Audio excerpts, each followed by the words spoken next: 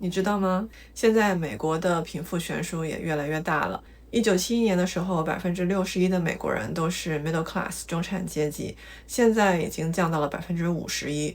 这是为什么呢？首先，工资跟不上物价的生长，还有中产阶级的工作也越来越少。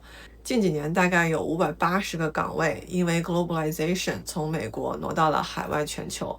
当然，现在这个时代 AI 也越来越抢饭碗了。之前我的直播也聊过，美国的 M2 Money Supply 最近也到了新高，所以未来来看的话，情况应该是富人越来越富，而普通人想要赚到足够的钱，财富自由、早退休就越来越难了。So what can we do as middle class？ 除了努力赚钱，还能干什么？我觉得答案就2个字儿：投资。只有不断的投资才能 keep up with the situation。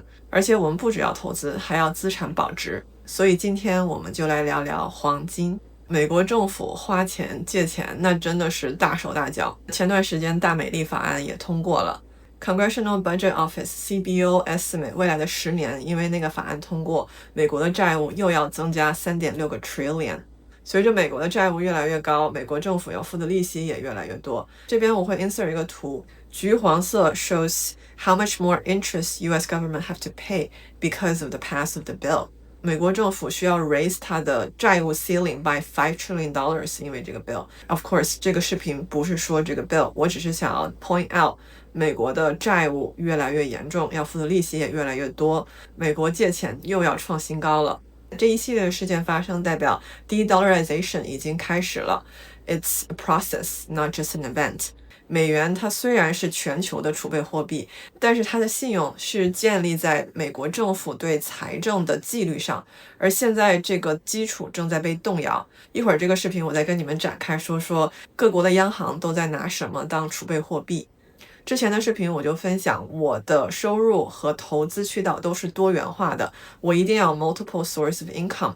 今天我们主要聊的只是其中的一个，黄金让我最放心的选择。我知道很多博主都聊了黄金，我其实有 debate 要不要做这个主题，但是通过我在给这个视频准备材料和做 research 的时候，我其实有发现很多非常 interesting 又有用的信息，对我都是一个 learning。 所以我觉得咱们今天这个视频还是挺有含金量的。看完了这个视频以后，说不定你都想要去 Costco 囤点金条。OK， 那我们就正式开始。大家好，欢迎回来 The Growth Journal， 我是 Ariel。今天这个视频我会分成4个 section。第一个 section， 为什么我投资黄金？第二个 section， 黄金还能涨多少？第三个 section， 我什么时候打算卖掉我的黄金？第4个 section， 投资黄金有什么危险？先 get some baseline out of the way。对我来说，投资黄金不是为了赚快钱。它跟其他的投资 asset， 比特币、stock 都很不一样。对我来说，黄金是为了 preserve value 保值，它的价值对我来说不是今年能涨多少，而是 N 年以后它的购买力还在。咱们聊一个 study 就懂了。1980年的时候，美国的 median housing price 是7万美元就可以买一个房子，而那个时候黄金是614美元 per troy ounce， 也就是说114金币，在1980年的时候我就可以买一个房子。那再看一下今年2025年，美国的 median housing price 已经涨到了40万，而 price of gold 是3400美元 per troy ounce， 也就是说在2025年我可以用117美金币可以买一个美国的 median housing price 的房子。所以可以看出来，不管房价怎么涨，这个黄金的购买力它还是差不多的。同样的道理，如果你问我20年以后美国的 median housing price 是多少，我不知道，但是我知道大概117枚金币就可以让我在20年以后还可以买一个美国的房子。还有一个 interesting finding， 如果在2000年的时候你放了100元进去投金子 versus 100元投资美国的 S&P 500， 你可以看出来它的 return。 在24年来看的话，如果你投了大盘，这100元会变成622块9毛5，而如果投了金子，这同样的100元会变成899块8毛2。See, when it comes to investment, trust is everything。 投资算是一种金融交易，所以信用是最重要的。黄金这个东西有非常遥远的历史，我还查了一下它是什么时候变成钱的。其实一开始它是用来做装饰品，大概在公元前6000年到前1000年，就是6000 to 1000 BC。那个时候像古埃及那种是把黄金作为首饰或者是一个王权的象征。到了公元前1000年左右，黄金就开始有点钱的味道了。那个时候并没有真正的金币，人们是按重量来交易黄金。在公元前7世纪左右，波斯、希腊、罗马这些国家就开始建立了自己的金币体系。所以黄金真的变成钱，其实是一个慢慢演变的过程。从装饰品到货币，黄金在人类的历史中一直有着特殊的位置。而现在各国央行也在不断的买黄金。They're the people with the money printers。 他们没有买比特币，没有买银子，他们就是买黄金。以上的15年，从 GFC 之后， Central Bank has been the net buyers of gold。 2022年到2024年，他们又是买了更多的黄金。2025年第一季度的这个 chart 显示，也是跟24年买的黄金量差不多。这边再给大家放一个图，这个图是一个 composition of 各国的央行都在拿什么东西作为他们的储备货币。大家可以看出来，在99年的时候，央行拿美元作为储备货币高达快要60%，而现在2024年左右大概也就46%。这些储备货币里面，第二个最大的 asset 就是黄金，第三个 reserve asset 是 euros， 最后那个18%的是一个 mix of all other currency。 所以从这个图可以看出来， for the past 2.5 decades， 之前的25年，各国的央行对于美元是 hold 越来越少了。从最近的 trend 来看，黄金的 holding 是越来越多了。 The World Gold Council 最近今年有 conduct 一个 survey， 问了各国央行他们有多少可能性会买更多黄金。95%的回答都是未来的12个月他们 expect 黄金的 price 会继续上升。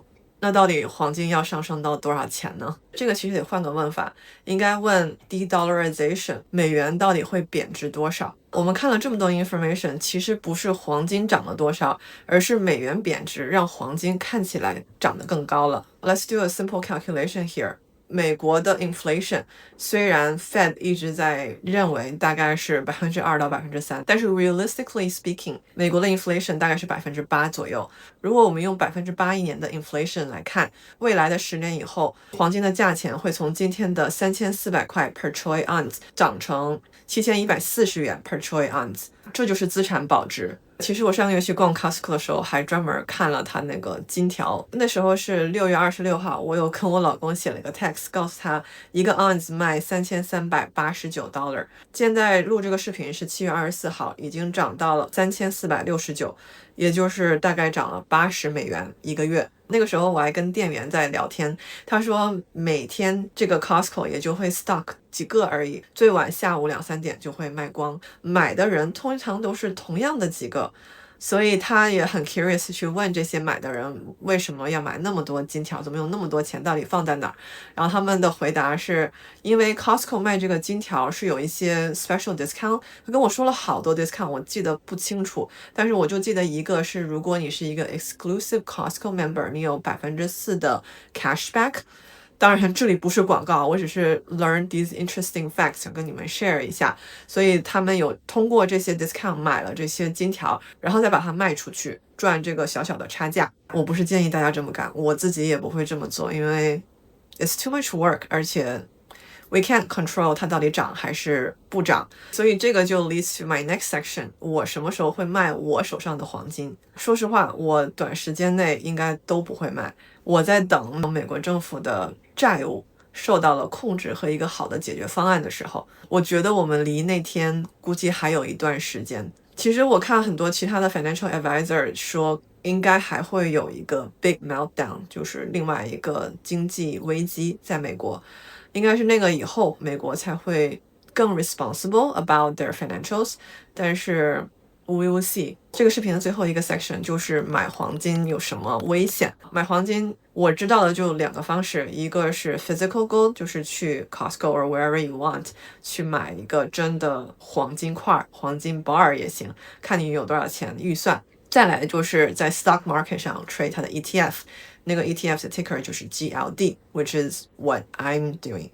物理黄金其实缺点大家都很清楚，被偷被抢，你忘记放哪儿了。其实我跟我朋友聊到这个时候，他说他的一些朋友在香港呢都会 collect 很多黄金 physically， 然后去存下来。但是我觉得转移很麻烦，而且尤其是像我这种未来可能会居无定所的人，就很不适合持有。